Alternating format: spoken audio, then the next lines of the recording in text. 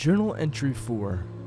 As promised, here is a transcription of what I found in the book belonging to Justin Paring. It's pretty long, so I'll finish the transcription in my next post.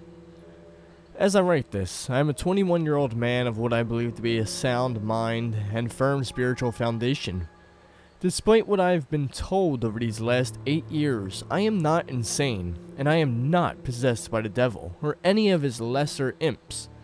To the contrary, even now I hold much love in my heart, with no small portion still being afforded by my tormentors. My parents and brother, though many of their acts would aptly be described as evil, are not bad people. Misguided and fearful, yes, but I do believe that they still have goodness in them. I am given food and water, candles, and occasionally a book to read or some scraps of paper to write on. I have developed a persistent cough in the last year, and I fear that the lack of sunlight and the pervasive dampness of this sealed away space are slowly doing damage that time and medicine may not be able to reverse.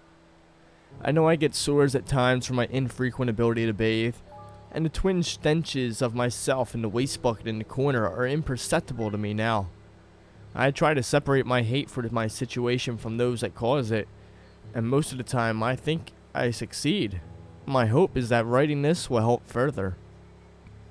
I turned 21 2 weeks ago, and as a gift my brother John gave me this notebook and a new set of Waterman safety pens. I didn't know such a thing existed, and it truly is wonderful to have such a convenient writing tool. I cried at the kindness, and outside my room John looked in and smiled his sad smile as I crouched in the dark, clutching this book and softly weeping as our mother began to close the door for the day.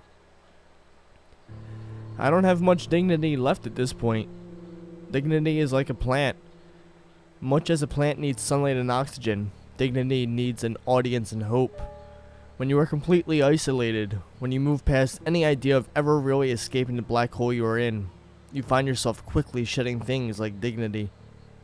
My primary reasons for living have been a base animal drive to survive in my internal world. I had always had a powerful imagination, and in this purgatory I have spent many hours far away, in some distant land of my own creation. I love to write as well, but since my imprisonment it has been rare that I had enough paper to write much of any length. That and the act of kindness behind it is what made the book and pens such a wonderful gift to me. Yet, when I got them, I found I had trouble finding things to write about. After 3 days of trying, a realization struck me. My imagination was starting to wither and die too. This thought terrified me in a way that losing my liberty or my dignity had not. It was the final bulwark I had against abject despair, the last remaining island in a rising sea of insanity and death. If I lost the ability to escape into my mind, I would truly be lost. It was 6 days ago that I first contemplated taking my life. For some, that may seem absurd, as I know many people would have considered it or committed it a long time ago. I would like to say that I have abstained because of my deep moral reserves or my titanic willpower, but neither would be the truth. In all honesty, the only reason I haven't taken my life before now is because of the ghost tree. I know I need to explain myself, and to do so in a clear fashion, I need to further elucidate how I came to be confined here, a prisoner in the basement of my own home. It all began when I was 11. The younger of 2 children and raised by 2 strict but kind parents, I was still prone to frequent wanderings of thought and flights of fancy. I was a largely obedient child, and I had enough admiration for my brother and fearful respects for my parents that when I was rebuked for daydreaming or telling fantastic tales, I truly did try to curb those tendencies, or at least confine them to my own thoughts and late-night conversations with John. I suppose that this is why the trouble with the ghost tree caught me by surprise.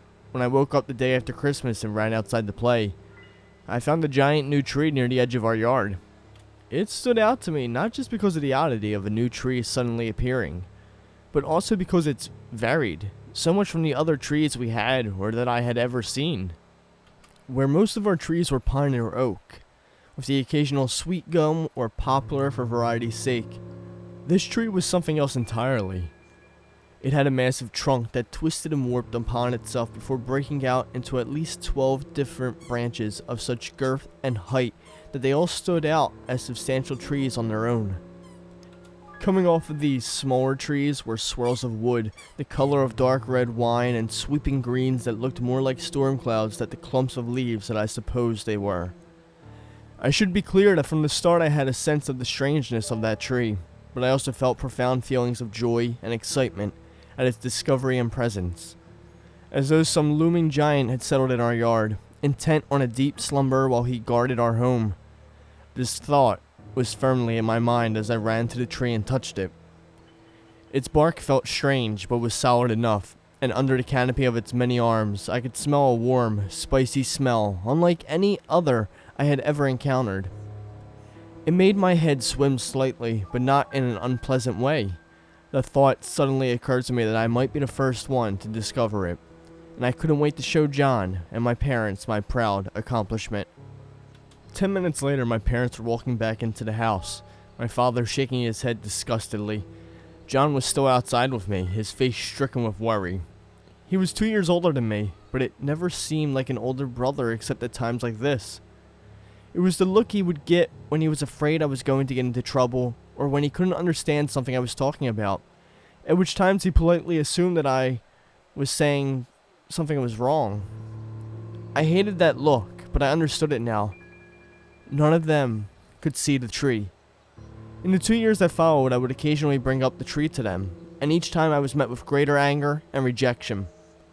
I was told that I was to give up these childish games and fantasies, that my behavior was continuing to deteriorate, and I needed to start showing signs of growing up and becoming a man. Finally, my father, not the most emotional of men at the best of times, struck me across the face one afternoon. He had tears in his eyes when he did it, his voice carrying a note of raw desperation as he gripped my arms and gave me a light shake. He asked me why I persisted with this tree story, and what had they done wrong for me to become as I was. Didn't I care how I upset my mother? Didn't I care what people in town said about my strange ways? What was I to say? His words would have hurt more when I was 11, but I was growing a thicker skin due to regular sharp words and scornful looks. Still, it did strike a nerve. Him accusing me of not caring, of being so thoughtless, all while they blindly punished me for being able to see something they could not. So out of frustration and anger, out of a need to end the debate and the accusations once and for all, I did the one thing I had always held off from doing in anyone else's presence. I climbed the tree. I heard my father yelling angrily for me to stop whatever it was I was doing. But even from his vantage from the front porch, I was only 2 feet up before he could tell at a distance that I was no longer touching the ground. His voice died in his chest, but it was too late. I was now 4 feet up, and the earlier commotion had brought out Mama and John. I was focused on climbing the familiar bark of my special tree. The strangeness of scaling it during daylight hours, or for an audience not lost on me, but of secondary importance. Then I heard my mother let out a scream, and I almost lost my grip. I shifted my feet and leaned against the nearest branch for a moment, catching my breath and my bearings. Turning to glance back at the house, I saw all 3 of them staring at me with abject horror. I considered going back down, but no, it was time for this to be done. So I continued to climb until I was over 30 feet up and perched like a raccoon on one of the tallest branches that could support my weight. It was strange, but despite my general dislike of heights, I never felt scared of climbing that tree. It made me feel invigorated, as though I was taking part in some secret ritual of nature that was replenishing my body and soul. At the top, I took a moment to take in the sprawling land around us in fading afternoon light. It was beautiful. With more than a little reluctance, I turned my eyes back to my family, who sat huddled and broken on the front porch steps. My brother and father still watching me while my mother wept softly into her hands. I had always imagined their reaction being something like this. To them, I suppose it looked like I convulsed and leapt my way up a tower of nothingness, and now I sat perched in midair. I tried to give them a comforting smile, but I couldn't quite manage it, and they likely couldn't have seen it anyway. Instead, I planned to go down and explain to them that I was not making up the tree, and that just because they couldn't see it, didn't mean it was imaginary or something to fear. Things went rather differently. As I made my last careful movements back down to earth, I felt a rope around my neck. I grabbed at it, losing my balance as I was tugged off my feet. It was John and my father. They meant to bind me. I fought, but it was a short contest. I tried to explain, but they would hear nothing more from me. I was locked in the basement at that night, and by week's end, this room had been constructed, and I was told it would be my new home until I was released from the devil's clutches. I found all of this terrifying, of course, and I screamed and cried to be released, but it was no use. In the back of my mind, I also found it all very strange, and upon reflection, I find it even more so. My parents were religious people, as were John and I, but not overly so. I had never known my family to be prone to bouts of overzealous piety or religious hysteria, and while I had no doubt that they had seen when I climbed the ghost tree was disturbing, I would never have thought them capable of anything approaching this, the abject abandonment and imprisonment of their own child. Yet I have no clear alternative answer for the past 8 years. Their determination had never wavered, and I have never seen any real sign of hope from them that they would reach a point where they would release me. Rather, they would move about like corpses or hot air balloons floating along on the buoyancy of sad acceptance and insane conviction. They go through the routines and rituals of caring for me, the minimum amount that is required, but I imagine they try their best to forget about me the rest of the time. Just as I can feel my memory of the world and all its colors and smells and sources of joy and imagination fading from me, I can only imagine I have faded away from the world. A ghost haunting the lowest chambers of this house and my family's minds. And as I have said previously, it was my knowledge and belief in the ghost tree that sustained me through all these dark years. That feeling that it was special, that it somehow picked me, and the magical connection between myself and it would bear more fruit than me dying in this makeshift cell. But still, I felt the last candle of even this secret hope guttering low. Then I saw the root poking through the wall. It was a tiny thing, 3 feet up the back of the wall of my room. It was impossible to see in the dark and easy to miss in the candlelight. When I saw it and recognized it as a root from the tree, I felt a thrill of excitement run through me. Reaching out a probing finger, I touched the tip of it gently and gasped at the rush of energy that shot through me at the contact. Images and sounds flooded through my mind, and I felt a vitality return to me that I hadn't known since my family had first betrayed me. My finger had come away from the root at the shock of the first touch, and when I reached towards it again, I saw the root move to meet me. Holding my finger to it for the second time was less shocking, but no less profound.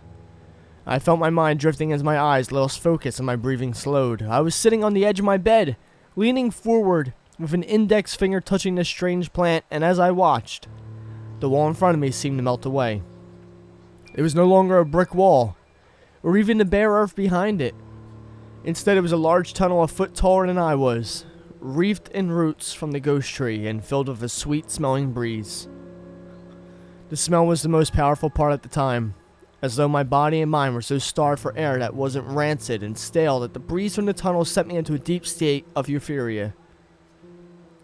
I stood and walked into that tunnel without hesitation, unaware of where I was going, but resolute in my determination that any place had to be better than the one I was leaving behind.